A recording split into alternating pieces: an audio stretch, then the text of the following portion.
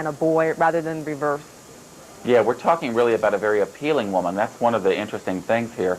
She comes from a very privileged background. You know, she was the daughter of a U.S. congressman.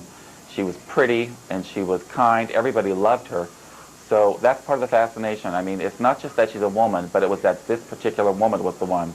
But also we saw like the teenagers outside the prison today holding up signs, "I'm 18, I'm available." I think if it was a male sex offender who was being released, I don't think you would see young girls holding signs like that outside. No, of course not. I mean, this is really, Darren, this has passed into the ridiculous. I mean, I was there last night at about midnight, and there was a swarm of people. You know, it was like a party atmosphere.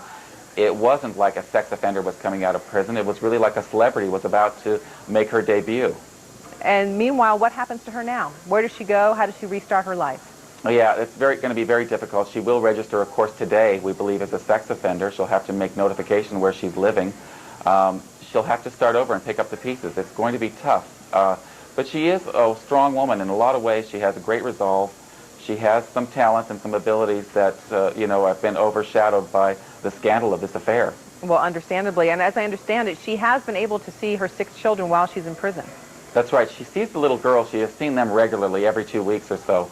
The older children that now live in Alaska, they see her maybe once or twice a year. It has not been that frequent. And if there's one thing that she does understand or appears to understand, that her actions have had incredible impact on That's these something children. new. You know, Darren, that's really something new. In the past, she pretty much focused on herself and on Billy Fulau and really was thinking that the rest of us should just butt out of it and that it wasn't really none of our concern and it really had no impact on anyone else.